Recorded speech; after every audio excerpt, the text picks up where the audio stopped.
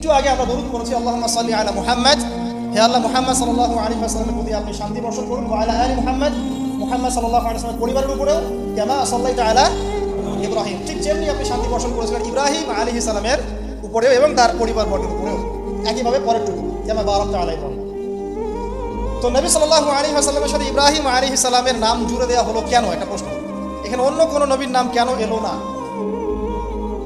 নবী সাল্লাল্লাহু আলাইহি ওয়াসাল্লাম এবং ইব্রাহিম আলাইহিস সালামের জীবনের মধ্যে সবচেয়ে বেশি মিল ছিল। অন্য নবীদের চাইতে ইব্রাহিম আলাইহিস সালামের সাথে তার জীবনের সবচেয়ে বেশি মিল ছিল। যখন মেরাজে নবী সাল্লাল্লাহু আলাইহি ওয়াসাল্লাম গিয়েছেন আল্লাহ পাকের সাথে সাক্ষাৎ করতে, তখন তিনি বলেছিলেন ফিরে এসে যে আমি সপ্তম আসমানে বাইতুল মামুরের সাথে হেলান দেওয়া অবস্থায় ইব্রাহিম আলাইহিস সালামকে দেখেছি। আমি আবার বলছি, আমি সপ্তম আসমানে পার হয়ে বাইতুল মামুর কি ফেরেশতাদের তাওয়াফ করার জায়গা, কাবা ঘরের সোজা উপরে, এই বাইতুল মামুরে ইব্রাহিম আলাইহিস সালামকে হেলান দিয়ে বসে থাকতে দেখেছি। এবং আমি দেখেছি আমার চেহারা এবং তার চেহারা সম্পূর্ণ এক। মানে আমাদের নবী মুহাম্মদ সাল্লাল্লাহু আলাইহি ওয়াসাল্লাম এবং আমাদের নবীগণের পিতা আবুল আম্বিয়া ওয়াল মুরসালিন ইব্রাহিম আলাইহিস সালাম, তাদের দুইজনের চেহারা ছিল একই রকম। চেহারা একই রকম, একটা রূপক অর্থ হতে পারে, সেটা হলো তাদের জীবনের প্রতিটা ক্ষেত্রেই মিল আছে। একটু আমি সংক্ষিপ্ত আকারে দেখাবো আপনাকে। ইব্রাহিম আলাইহিস সালাম জন্মগ্রহণ করেছেন ব্যাবিলন শহরে। ব্যাবিলন সভ্যতার নাম শুনেছিলেন? আজকে থেকে 2500 বছর আগের সভ্যতা। এবং এখন আমরা সভ্যতা নিয়ে অনেক বড়াই করে থাকি, কিন্তু অনেক বড় বড় উঁচু উঁচু সভ্যতা পৃথিবী থেকে বিদায় নিয়ে চলে গেছে, আমরা ওদের নামও জানি না। আদ জাতির নাম শুনেছেন? ইরম, সামুদ, এগুলোর নাম শুনেছেন? ইরম যাতিল ইমাদ লাম ইখলাক মিথলুহা ফিল বিলাদ। আল্লাহ পাক বলেছেন ইরম এবং সামুদ এমন জাতি ছিল, এরকম কোনো সভ্যতা এর পরে আর প্রতিষ্ঠিত হয় নাই। লাম ইখলাক মিথলুহা ফিল বিলাদ, পৃথিবীতে এর চেয়ে উন্নত কোনো সভ্যতা এরপর আসে নাই। আমরা সভ্যতার বড়াই করাটা একটু কমিয়ে দেই। এমন অনেক সভ্যতা চলে গেছে, নামও নিশান মিটে গেছে, যেগুলো আমাদের চেয়ে অনেক উচ্চ ছিল।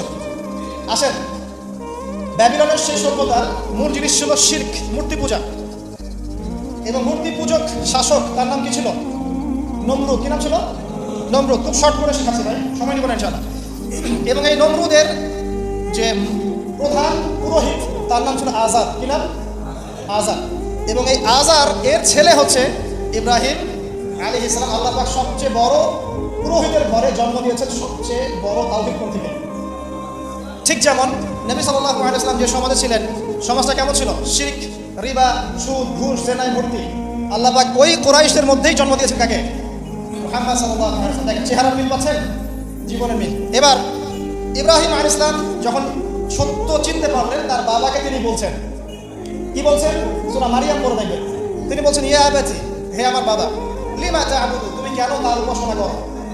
মা লা ইয়াসমাউ, যে শুনতেও পারে না, ওয়ালাম ইউবসিরু, এবং দেখতেও পারে না, ওয়ালাম ইউগনি আনকা শাইআ, এবং তোমার কোনো উপকারও করতে পারে না। ইব্রাহিম তার পিতাকে বলছেন, আজারকে, তুমি কেন এমন এক সত্তার উপাসনা করো যে না দেখে, না শোনে, না তোমার কোনো ক্ষতি করতে পারে, না উপকার করতে পারে?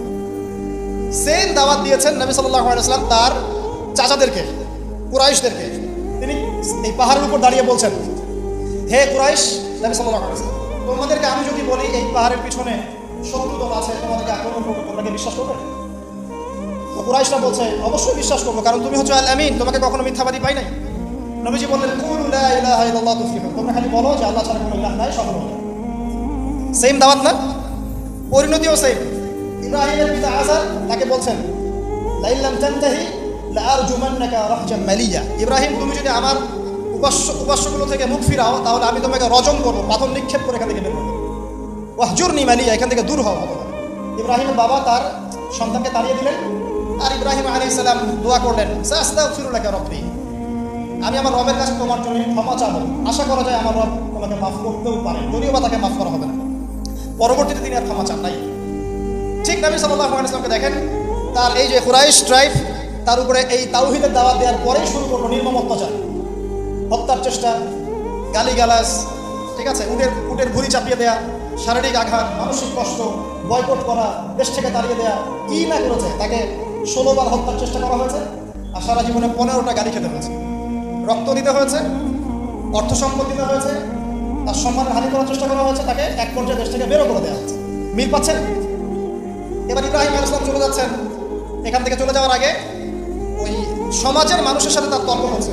সমাজের মানুষ বোঝাচ্ছে যে চাঁদ হচ্ছে আল্লাহ, নাউজুবিল্লাহ। তো চাঁদ যখন ডুবে গেল তখন তিনি বললেন না, এটা আল্লাহ হতে পারে না। সূরা বাকারায় আছে, সূরা আনফালে আছে। তারপরে রাতের তারা দেখছেন, তিনি বলছেন তারা ইলা হতে পারে। তারা যখন অস্তমিত হচ্ছে তিনি বলছেন না, এটা ইলা নয়।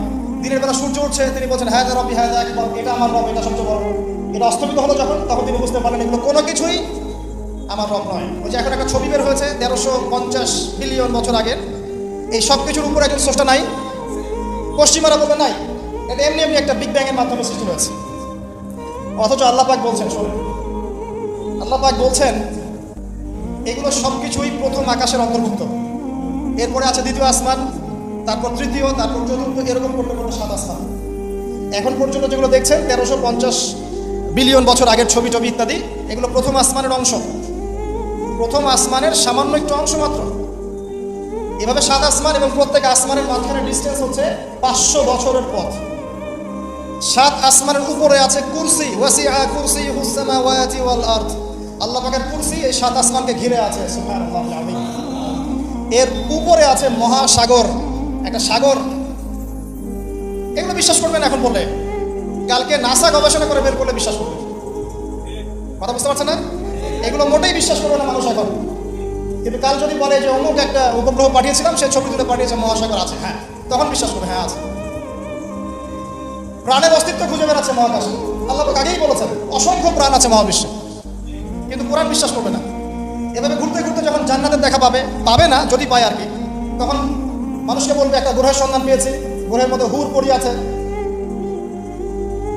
যাদের ওড়না দিয়ে এমন সুগন্ধ বের হয়, যার ওড়নার কোনা যদি পৃথিবীতে নামিয়ে দেওয়া হতো তাহলে সারা পৃথিবী সুগন্ধে ভরে যেত। তখন মানুষ বিশ্বাস করে হ্যাঁ আছে। যদি ওরা বলে জাহান্নাম বলতে কিছু আছে, যেখানে আযাব দেওয়া হয়, শাস্তি দেওয়া হয়, 19 জন বড় বড় ফেরেশতা আছেন, তখন এই বিশ্ববাসী বিশ্বাস করবে হ্যাঁ আছে। আর ওরা যখন কিছু বিশ্বাস করে তখন সারা বিশ্বকে বিশ্বাস করাতে বাধ্য করে। ওরা বলছে করোনা করোনা, তখন সবাই বলছে হ্যাঁ করোনা করোনা। ওরা বলছে অমিক্রণ অমিক্রণ, এখন সবাই বলছে অমিক্রণ অমিক্রণ। তারপরে এগুলো বন্ধ, এবার রাশিয়া ইউক্রেন, রাশিয়া ইউক্রেন, এবার রাশিয়া ইউক্রেন, রাশিয়া ইউক্রেন। করোনার কথা মানুষ কিন্তু কিছুদিন আগে ভুলে গিয়েছে। মাঝে মাঝে আমার মনে করা দেয় আজকে এতজন মৃত্যুবরণ করেছে, আজকে এতজন আক্রান্ত, যাতে আপনি ভুলে না যান। পুরা মাইন্ড প্রোগ্রামিং, আপনার মাথা আমার মাথা প্রোগ্রামিং। তার কিছুদিন আগে ক্ষেপণাস্ত্র, উত্তর কোরিয়া ক্ষেপণাস্ত্র দিচ্ছে, ক্ষেপণাস্ত্র। মানে এক এক সময় এক একটা দিয়ে মানুষকে ব্যস্ত রাখা। এখন ব্যস্ত রাখছে এই যে 1350 বিলিয়ন বছর আগের ছবি, ব্যস্ত থাকো এখন, এটা নিয়ে নাচো আর গাও। কয়েক মাস যাক, এই ফাঁকে তারা কিছু কাজ করবে। মানে আমি আমাদের ছোটো ভাইকে বললাম আজকে আস্তে আস্তে বিষয়টা এরকম, আমাদের বাসায় ছোটো বাচ্চা আছে না, অনেক সময় ছোটো বাচ্চা অনেক জ্বালায় না, খুব জ্বালায়, মানে ঘ্যান ঘ্যান প্যান প্যান শুরু করে। তখন আমরা কী করি, বাধ্য হয়ে অনেক সময় দেখা যায় বাবা স্মার্টফোনটা নিয়ে এই কার্টুনটা দেখে। আচ্ছা ঠিক আছে, আচ্ছা কার্টুন দেখতে বসে গেল, ও 1 ঘন্টা কার্টুন দেখছে। এই 1 ঘন্টা কিন্তু সে আর আপনাকে ডিস্টার্ব করবে, আপনি রিল্যাক্সে আপনি কাজ করতে পারবেন। তাই বলে বাচ্চাদেরকে কার্টুন অভ্যাস করায় না, উদাহরণ দিচ্ছি একটা। আর যদি কার্টুন দেখাতেই হয়, ইসলামিক কোনো কার্টুন দেখায়।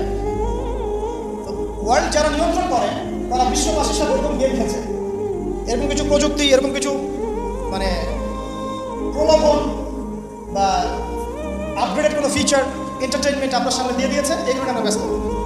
এরকম ইস্যুগুলো দিয়ে দেয়, এগুলো আমরা ব্যস্ত। ওরা ওদের কাজ ঠিকই করছে।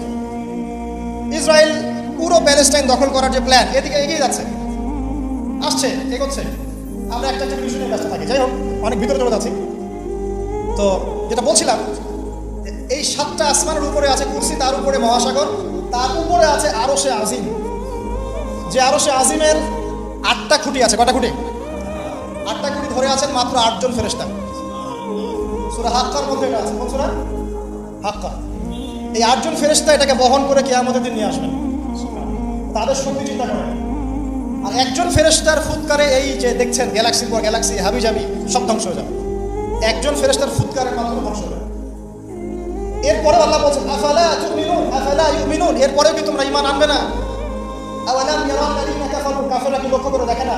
আন্না সামাওয়াতি ওয়াল আরদা কানাতা রাতকান, এই 7টা আকাশ, মহাবিশ্ব এবং পৃথিবী একটা কেন্দ্রের মধ্যে ছিল, বিন্দুর মধ্যে ছিল। ফাফাতাকনাহুমা, আমি এটাকে বিভক্ত করে দিলাম, আল্লাহ বলছেন ফাফাতাকনাহুমা ওয়াজআলনা মিনাল মাই কুল্লা শাইইন হাই, এবং প্রত্যেক জীবন্ত প্রাণকে সৃষ্টি করলাম পানি দিয়ে। আমাদের কোষের মধ্যে সাইটোপ্লাজমে পানির পরিমাণ কত পার্সেন্ট? নিউক্লিয়াসের মধ্যে পানির পরিমাণ কত পার্সেন্ট? বেশিরভাগই পানি। পড়াশোনা করেন, পানি দিয়ে তৈরি করেন 70 to 80%। আফালা ইউমিনুন, এরপরে আল্লাহ বলছেন তবুও কি তারা বিশ্বাস করবে না? তো ওই আরশে আজিম ধরে আছেন 8 জন ফেরেশতা। তারপর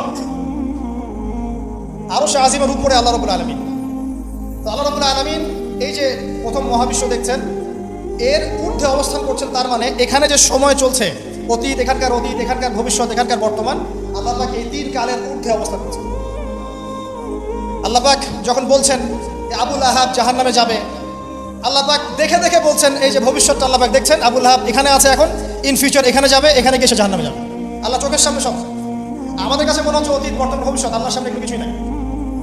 ওই যে নক্ষত্রের কথা বলা হচ্ছে, এটা অতীতকালের ছবি, কত বছর আগের ছবি, এত বিলিয়ন বছর আগের ছবি। মানে আপনি আমি আকাশে যা দেখি এগুলো পাস্ট টেন্স, অতীতকাল।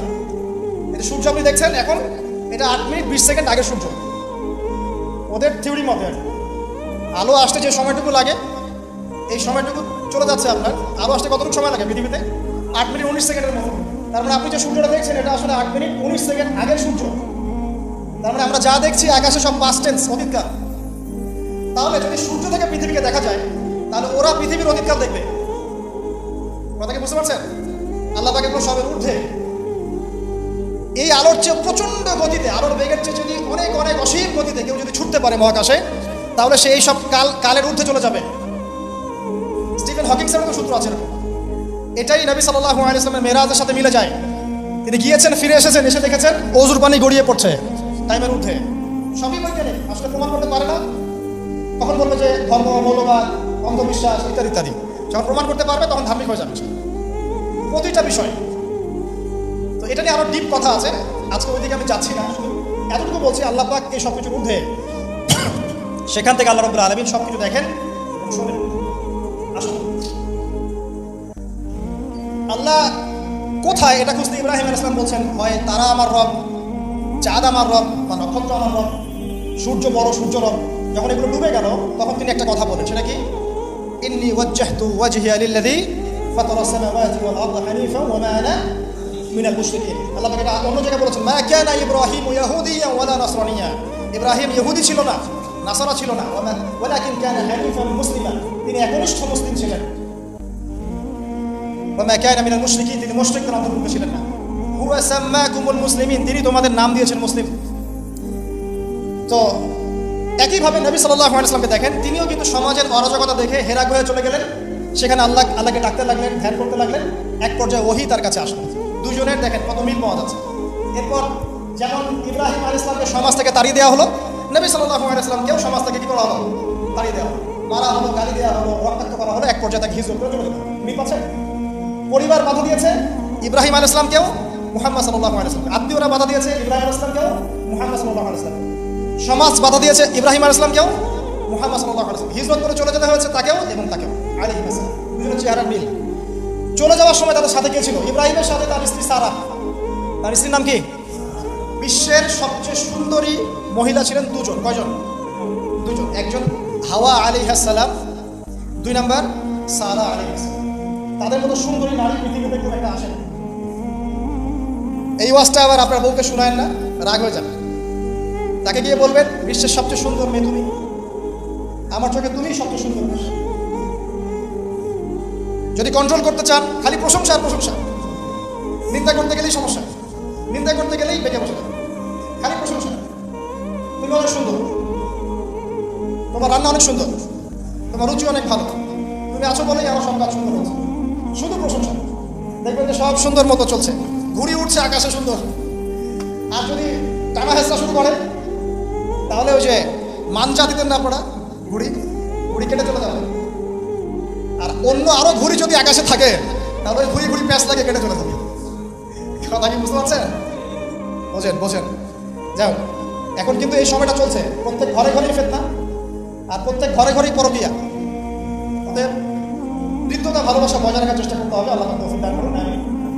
হিজরতের সময় তাদের দুইজনের সঙ্গী হচ্ছেন তাদের স্ত্রীরা।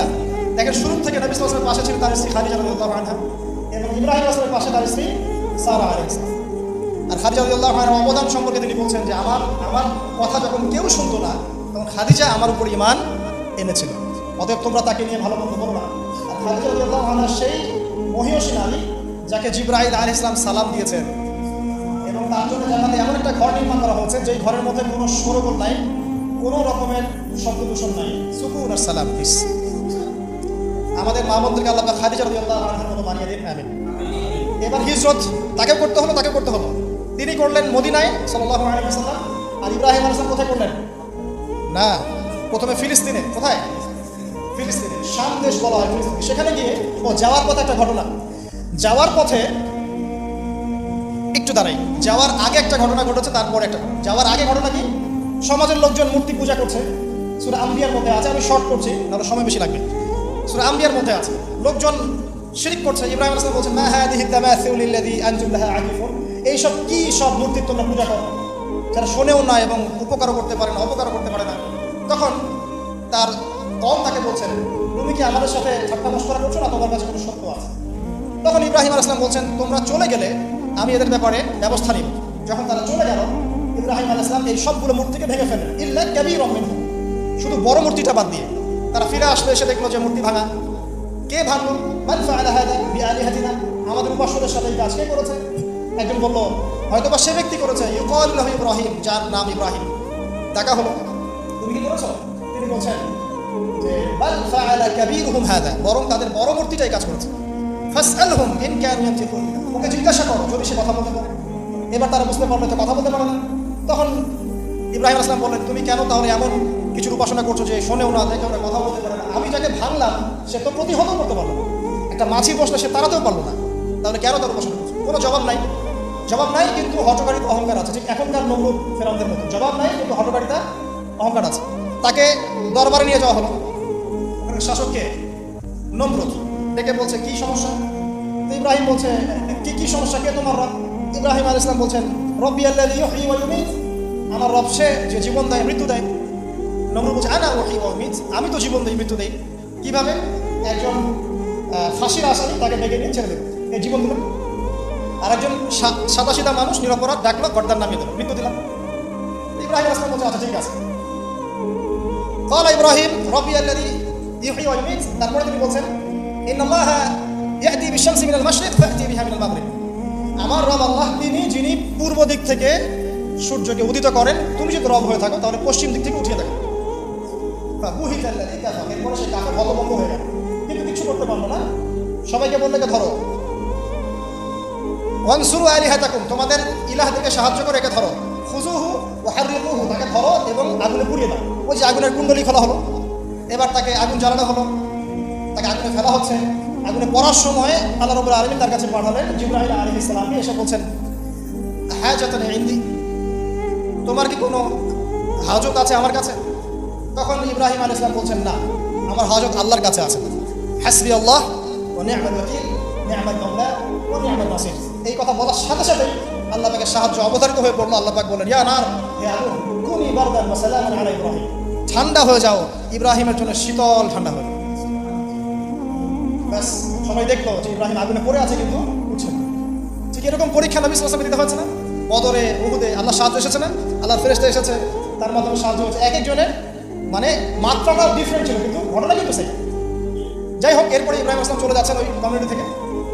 মিশরের এক বাদশা লম্পট, সে স্ত্রী সারাকে কিডন্যাপ করল। এবার সারাকে তার সাথে খারাপ কিছু করার ইচ্ছা করা মাত্রই অবশ্যই সে পড়ে গেল, প্যারালাইজ 3 বার। এই জায়গায় এই বাদশা বুঝতে পারে যে এই মহিলা বা এই নারী কোনো সাধারণ কোনো নারী নয়। তখন তিনি ছেড়ে দেন তাকে এবং তার সাথে হাজরা আলাইহিস সালামকেও হাদিয়া দিয়ে দেন। এই সময় ইব্রাহিম আলাইহিস সালাম নামাজে দাঁড়িয়েছিলেন। যখন তার স্ত্রী বিপদে পড়েছে এবং তিনি বিপদে পড়েছেন, তখন তিনি নামাজে দাঁড়িয়ে গিয়েছেন। ঠিক নবী সাল্লাল্লাহু আলাইহি ওয়াসাল্লাম তিনি বলতেন, যখনই আমি উদ্বিগ্ন হই তখনই নামাজ দাঁড়িয়ে যাই। আমরা যদি কোনো বিষয়ে টেনশনে পড়ি, উদ্বিগ্ন হই, তাহলে একটাই কাজ করবেন, নামাজে দাঁড়াবেন। সিগারেট ধরানোর দরকার নেই, টেনশনে স্মোক করার দরকার নেই, ড্রাগস নেওয়ার দরকার, একটা মিউজিক ছেড়ে দেওয়ার দরকার নেই। নামাজে দাঁড়িয়ে যান, আল্লাহ পাক আপনার টেনশন দূর করে দেবেন ইনশাআল্লাহ। একই জিনিস। এরপরে হাজরা আলাইহিস সালামকে ইব্রাহিম আলাইহিস সালাম বিয়ে করে নেন, প্যালেস্টাইনে চলে যান। এখন সন্তান হচ্ছে না। শেষ বয়সে গিয়ে ইব্রাহিম আলাইহিস সালাম বলছেন, ইন্নী যাহিবুন ইলা রাব্বি সায়াহদিন, আমি চললাম আমার রবের দিকে, আমার রব আমাকে পথ দেখাবে। রব্বি হাবলি মিনাস সলিহিন, আমার রব আমাকে সলিহিন সন্তান দিন, মানে উত্তম নেককার সন্তান দিন। রব্বি হাবলি মিনাস সলিহিন ফাবাশশারনাহু বিগুলামিন হালিম, আল্লাহ বলেন এরপর আমি তাকে একজন সহনশীল সন্তানের সুসংবাদ দিলেন। এরপর এই সন্তান যখন বড় হলো, ফালাম্মা বালাগা মাআহু সা'য়া, যখন সে দৌড়ানো শিখলো, ক্বালা ইয়া বুনাই, ইব্রাহিম আলাইহিস সালাম বললেন, হে আমার সন্তান, ইন্নী আরা ফিল মানামি আন্নী আসবাহুক, আমি স্বপ্নে দেখেছি আমি তোমাকে জবাই করছি, ফানজুর মাযা তারা, তোমার কি রায় আমাকে বলো। এই বাচ্চার বয়স কত হবে? 10 বা 12।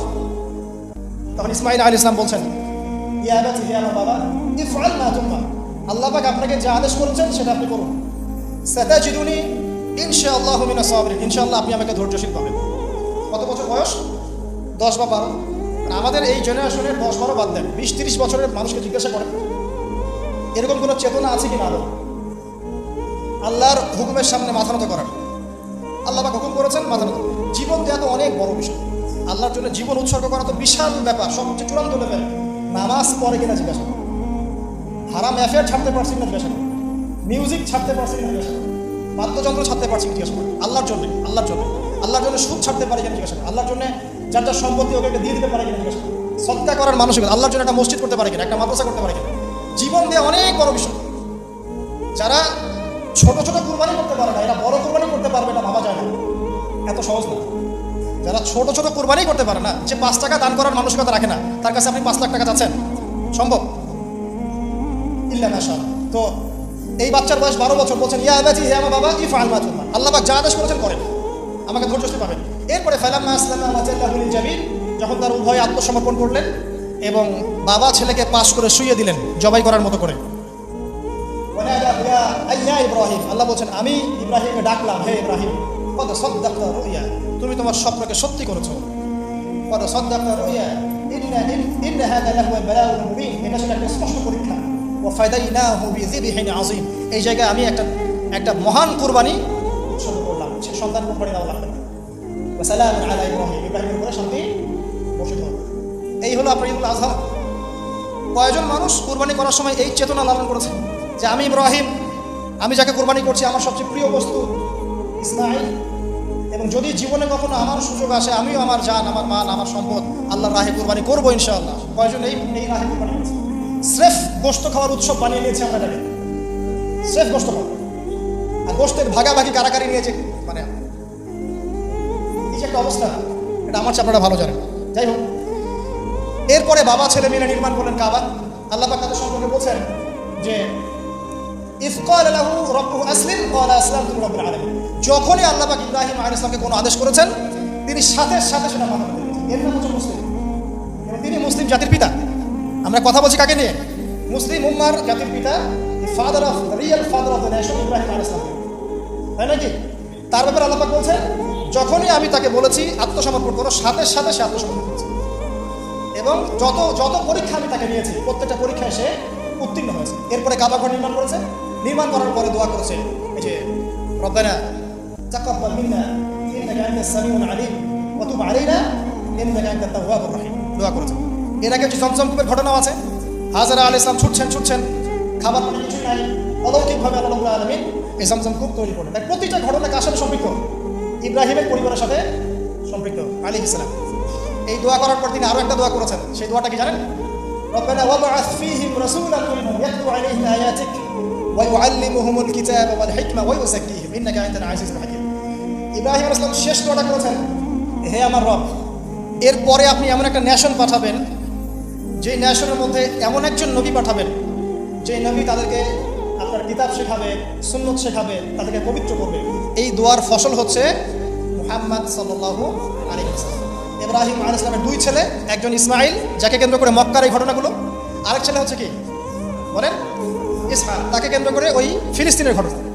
ইসহাক আলাইহিস সালামের ছেলে ইয়াকুব আলাইহিস সালাম, তার সন্তান 11টা বা 12টা সন্তান, একজন বেনিয়ামিন, আরেকজন ইউসুফ, আর এইদিকে ইউসুফের ভাইরা 12 বা 13 জন সন্তান।